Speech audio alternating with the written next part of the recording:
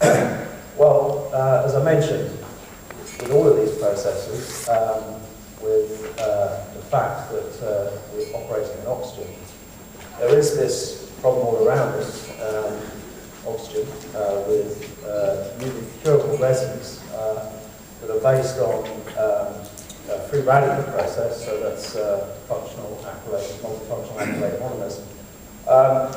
Basically, as the UV current process is going to be carried out in the presence of air, oxygen inhibition, it's always been a key issue. And sorry about this,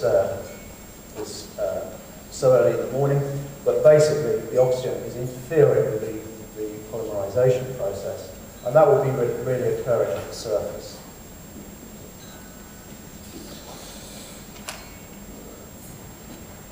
So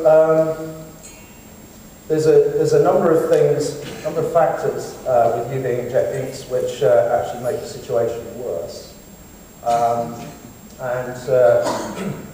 First of all, first of the three things is that really we're having to increase the temperature of the UV ink in order to jet it quite often, and that increases the effect of oxygen inhibition once it's been jetted at an elevated temperature. We need relatively low viscosity, and that's good for oxygen inhibition. And we generally want fairly thin films, because we're talking about small droplets. And again, that's good for oxygen inhibition. So we've got almost perfect formula for demonstrating oxygen inhibition effects. So I'm going to be talking about LEDs, but that's not the whole story. It turns out, actually, that LEDs can, in a limited way, overcome the effects of oxygen inhibition if they're used at the right time in the process. And here, a relatively low level of UV has been shown to have a good effect. This is using a spot curing system. This is with what we call UV pinning immediately after the inkjet heads, and that's without final cure. And the variety of substrates here, you see the effect on the dots. So a relatively low dose of UV has actually been shown to be beneficial for this type of process. You might say, well, why don't you just cure straight away after jetting? Well, there's some good reasons why you can't generally put the high-powered UV curing lamp bang up against the heads. I'll talk about some of those now. In the next slide, we've got a picture of, this is digital web press, and there's a final curing lamp here. In fact, that's a fusion lamp system. There's the heads here with the pinning. And you physically have to mount that lamp some distance away from where you're jetting. There's a number of reasons for that. First of all, it's actually physically quite large, so it doesn't generally fit that well within the compact frame of where the heads are going to be appearing. Secondly, it's probably going to require quite a large cooling airflow, and that could interfere with the trajectory of the ink droplets. Next, it's probably going to be quite hot, and that's going to increase the heat loading around those heads, which you want to be controlled, but you don't want to be loading extra heat into the area where the heads are. It also, possibly more importantly, generates a lot of UV light, and it's supposed to, of course. But some of that light, if it's very close to the head, can shine directly back onto the head. You've got a UV cured ink, and if you get stray light back onto the heads, then it is going to cure in the head. You're either going to lose the head completely, or you're going to drop nozzles as a result. So then that has to be serviced or replaced.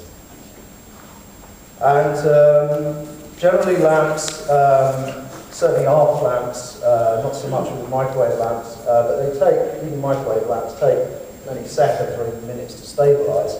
So you're probably going to leave them on in a standby state rather than turn them off completely.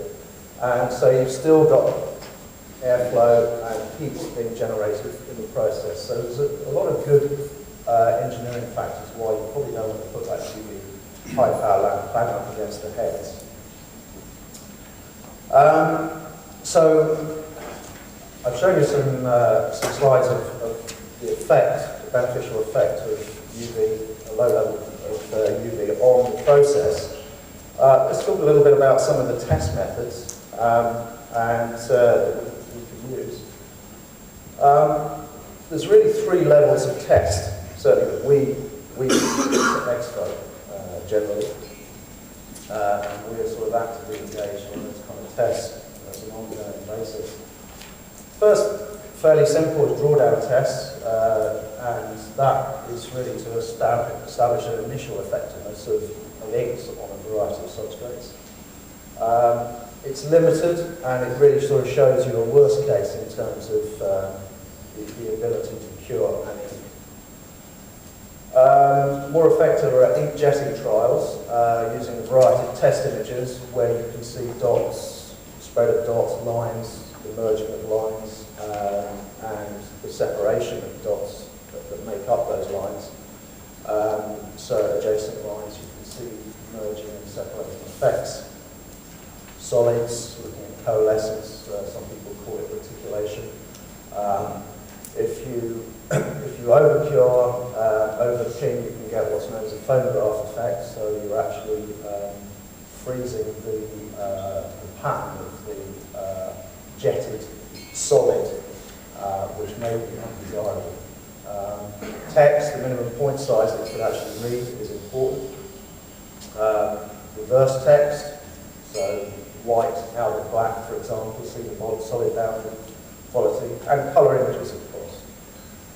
Perhaps the most important test of all is what the print actually looks like from a macro point of view.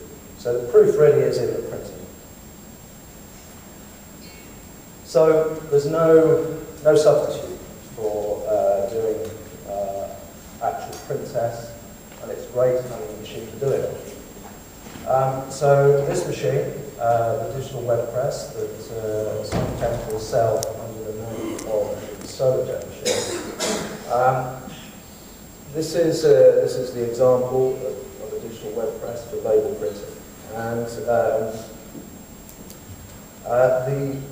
it's certainly shown during the development that there's an interaction between the drop-on-demand jetted droplets, the UV inks, and the label stock itself, and to expand the range of materials that can be successfully printed on.